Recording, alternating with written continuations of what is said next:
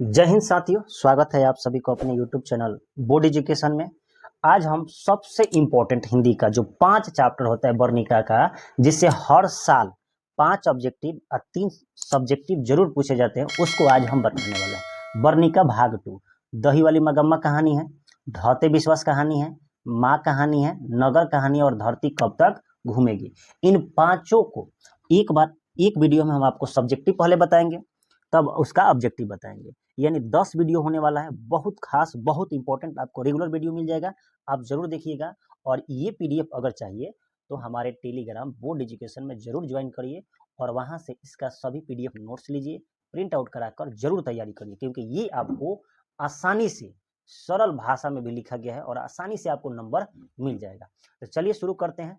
पहला चैप्टर दही वाली मगम्मा की सब्जेक्टिव समझते हैं कि क्या है और कितने अक्षरों में भी लिखना है।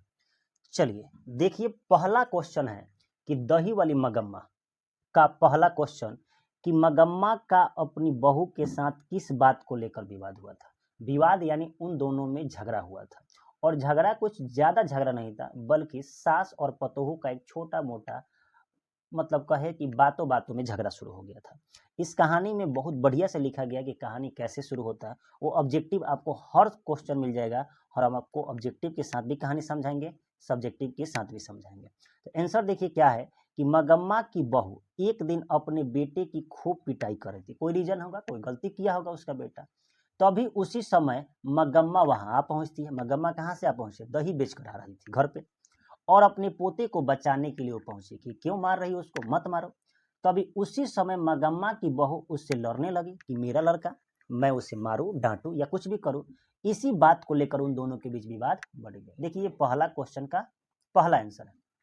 दूसरा है कि रगम्पा कौन था और वो मगम्मा से क्या चाहता था। रगम्पा एक बहुत उसके गांव का एक जुआरी व्यक्ति था, जो हमेशा मगम्मा को परेशान किया करता था। तो क्वेश्चन का आंसर क्या है, ध्यान दीजिएगा। रगम्पा जो था मगम्मा के गांव का एक जुआरी व्यक्ति था, जुआ खेलता था। साथ ही साथ वह व्यापारी भी था, जो रागी यानी मड़ुआ का व्यापार भी करता था। जब रगम्पा को इस बात का पता चला कि मगम्मा जो है अपने बेटी बहू से झगड़ा कर अलग रह रही है, पता ना इस जुआरी नशेड़ी को कैसे पता चल गया, तब उसने 2-4 पैसे के लिए कहा कि कुछ पैसे हमको दे देगी तो हम वापस थोड़े देंगे, क्योंकि इसके बेटे से झगड़ा है, हमको मांगेगा नहीं। तो मगम्मा के आसपास चक्कर काटने लगा, और वह किसी तरह मगम्मा से क्या लेना चाहता था? पैसा, कि जैसे ही कुछ पैसे मिल जाएंगे उसके बाद मगम्मा न मांगेगी और न हम उसको देंगे।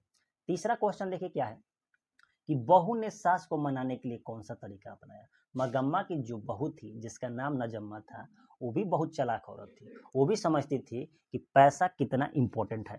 वो उसको जैसे ही भनक लगा कि मगम्मा के आसपास रगम्पा चक्कर काटे, कहीं से पैसा दे देगी, तो देखिए क्या उसने तरीका अपनाया। जब मगम्मा ने बहू को इस बात का पता चला, किसके बहू को? मगम्मा के। पता चला कि रगम्पा जो है मगम्मा के आसपास 2-4 पैसे के लिए चक्कर काट रहा है, और कहीं उसे पैसे न दे दे। पैसा का देखिए कितना इंपॉर्टेंस है। इस पतोहू को डर हो गया, भले झगड़ा है वो बात अलग है, लेकिन पैसा नहीं देना चाहिए। इसलिए उसने अपने बेटे को सिखा पढ़ा कर दादी के पास हमेशा भेजती थी, क्योंकि जाओ दादी के पास, घुमाओ, मिठाई लाई होगी, दही खाने को मिलेगा, ताकि मगम्मा अपनी पुरानी बातों को भूल कर फिर से घर वापस आ जाए और एक साथ मिलजुल कर रहने लगे। मगम्मा एक बहुत अच्छी नारी है, वो हमेशा पारिवारिक भावों को समझती है, वो मिलजुल कर रहने भी लगती है। अगला क्वेश्चन है कि कहानी के कथावाचक या लेखक या रचनाकार कौन है, उनका थोड़ा परिचय देना है। तो दही वाली मगम्मा जो है कहानी के कथावाचक रचनाकार श्रीनिवास जी है, जिनका जन्म होता है 6 जून को। कितने तारीख को? 6 जून को।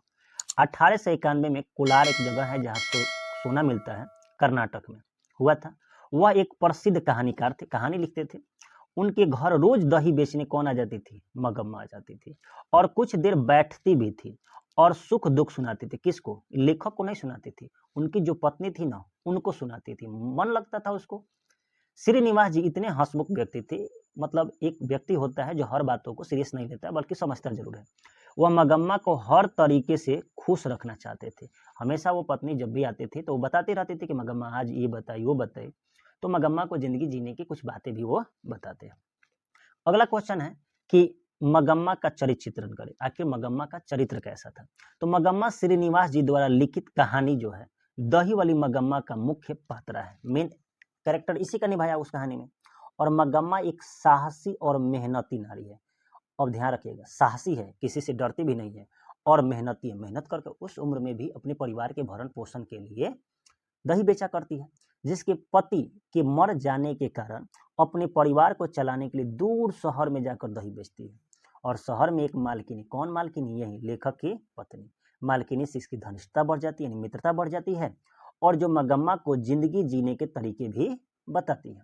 मगम्मा अपने बहू और बेटे की खुशी के लिए दूसरे घर में रहती है और वहां से भी उनकी सलामती के लिए दुआएं मांगती है। माँ होती है, बेटा कुछ भी हो, माँ का ये फर्ज है। लेकिन जब उसका पोता उसके पास आता है तो वह पुरानी बातों, यानी जो झगड़ा होता है, जो विवाद था, उस सभी बातों को भूल जाती है और पुनः घर वापस लौट जाती है। इससे क्या बात का पता चलता है कि मगम्मा जो है एक सहज हृदय, यानी अच्छी हृदय वाली क्या थी? नारी थी। इस चैप्टर का सबसे लास्ट क्वेश्चन देखिए क्या है। इसके बाद हम आपको ऑब्जेक्टिव भी क्वेश्चन कराएंगे, बहुत इंपॉर्टेंट ऑब्जेक्टिव है। कहानी का सारांश बताना है अथवा दही वाली मगम्मा कहानी का सारांश प्रस्तुत करें। सारांश क्या होता है? पूरे कहानी में जो भी बात आप सुने हैं या पढ़े हैं उसको कम शब्दों में व्यक्त करना ही सारांश कहलाता है। तो जैसे ये क्वेश्चन सभी था, इस सभी का मिक्सचर अगर आप तैयार कर देते हैं तो कहानी का क्या होगा? सारांश होगा। दही वाली मगम्मा कहानी एक चरित्र प्रधान कहानी है जिसका मुख्य पात्र मगम्मा है, जिसके पति के मर जाने के कारण वो अपने परिवार को चलाने के लिए दूर शहर में दही बेचा करती है। मगम्मा की बहू अपने बेटे को पीट रही थी, उसी समय मगम्मा आकर पोते को बचा लेती है, जिसके कारण उन दोनों के बीच विवाद बढ़ जाता है। कहानी में बताया गया है जिसके कारण मगम्मा दूसरे घर में रहने लगती है। लेकिन मगम्मा के गांव का एक जुआरी व्यक्ति था। जब उसको इस बात का पता चला तो वह 2-4 पैसे मांगने लगा और उसके आसपास चक्कर भी काटने लगा। और अब यह बात उसकी बहू को पता चल गया। बहू को जैसे ही पता चला तो अपने बेटे को सिखा पढ़ाकर हमेशा भेजती थी और जाते भी तो पोता जाता था, और अंततः वह सभी बातों को भूलकर घर वापस आ जाती है और मिलजुल कर रहने लगती है। ये कहानी का सारांश है, और भी शब्द आप जोड़ सकते हैं। आई होप कि आपको ये सभी समझ में आया होगा। बढ़िया है, कहानी है, आपको समझना ही चाहिए ताकि आपके एग्जाम का क्वेश्चन आसानी से बन जाएगा। अगले वीडियो में हम इसके ऑब्जेक्टिव बता देंगे आपको, ताकि ऑब्जेक्टिव और सब्जेक्टिव दोनों कंठस्थ हो। पीडीएफ चाहिए तो हमारे टेलीग्राम में इसको डाल दिया गया है, आप वहाँ से डाउनलोड कर सकते हैं।